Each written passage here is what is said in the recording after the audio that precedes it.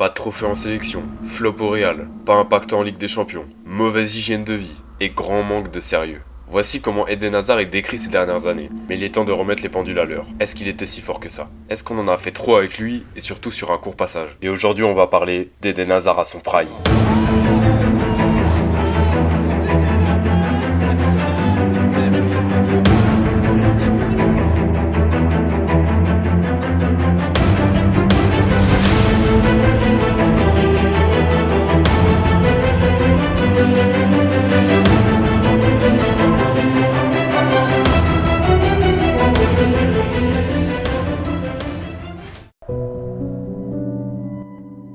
Hazard est né le 7 janvier 1991 à la Louvière en Belgique. Il a été formé au LOSC et il a signé son premier contrat pro à 16 ans en 2007. Pour sa première saison, il jouera seulement 4 matchs. Il enchaînera les classes jeunes avec les Diables Rouges. Mais c'est lors de la saison 2008-2009 qu'il va beaucoup plus jouer. 35 matchs avec ses 6 premiers buts et 4 passes décisives. Mais le début de son prime est bien plus tôt que vous le pensez. C'est lors de la saison 2010-2011 qu'il va véritablement exploser. Il réalisera le doublé Coupe de France et Championnat et il en sera évidemment la star. Impliqué sur 26 buts, il a été exceptionnel tout au long de la saison.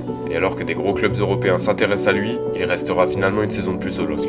Et en 2012, à seulement 21 ans, il boucle une saison quasiment parfaite. 22 buts et 22 passes décisives. En Ligue des Champions, il marquera contre le vainqueur en titre, l'Inter, et c'est justement à l'été 2012 que Hazard partira. Il rejoint Chelsea, le nouveau vainqueur de la Ligue des Champions. 3 premières saisons plutôt bonnes, avec une Europa League remportée en 2013, mais il faudra attendre la saison 2014-2015 pour voir Hazard définitivement exploser en Première Ligue. Il remporte justement le trophée, en plus de la Carabao Cup. Et après le départ de Drogba, qui avait déjà 37 ans, c'est maintenant sur Hazard que les caméras sont braquées. Mais la saison suivante va être beaucoup plus compliquée. Les Blues vont finir 10e de Première Ligue. En plus de ça, Hazard ne va vraiment pas faire une grande saison, et l'Euro 2016 avec la Belgique ne suivra pas. Mais ça ne va pas durer. Avec l'arrivée d'Antonio Conte sur le banc londonien, Hazard va faire les 3 meilleures saisons de sa carrière. En 2017, il prend la Première Ligue, il est de retour au sommet en étant très bon. En 2018, FA Cup remporté et demi-finale de Coupe du Monde avec la Belgique. Une 3ème place arrachée aux Anglais, mais une défaite face à la France qui fait toujours mal. Certains Diables Rouges n'ont pas réussi à s'en relever, mais ce n'est pas le cas d'Eden qui va rebondir en faisant encore une fois une saison incroyable. En 2019, il remporte l'Europa League et boucle une saison où il est en plein dans son prime. En 2018, Cristiano Ronaldo a quitté le Real Madrid pour la Juventus.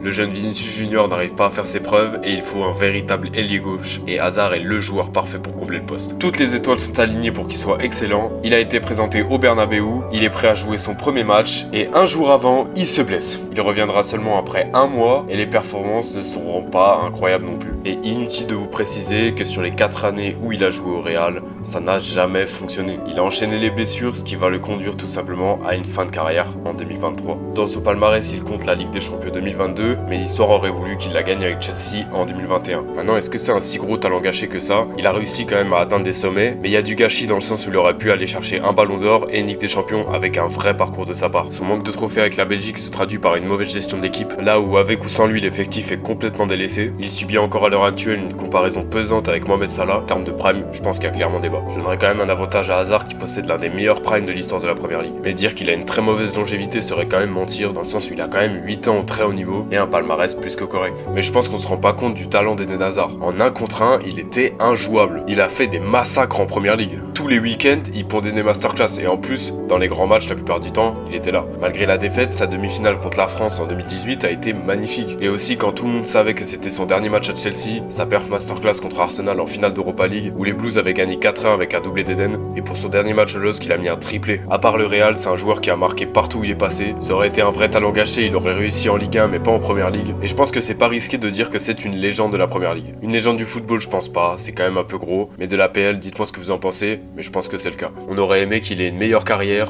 mais on aurait eu la chance d'avoir vu le dernier technicien.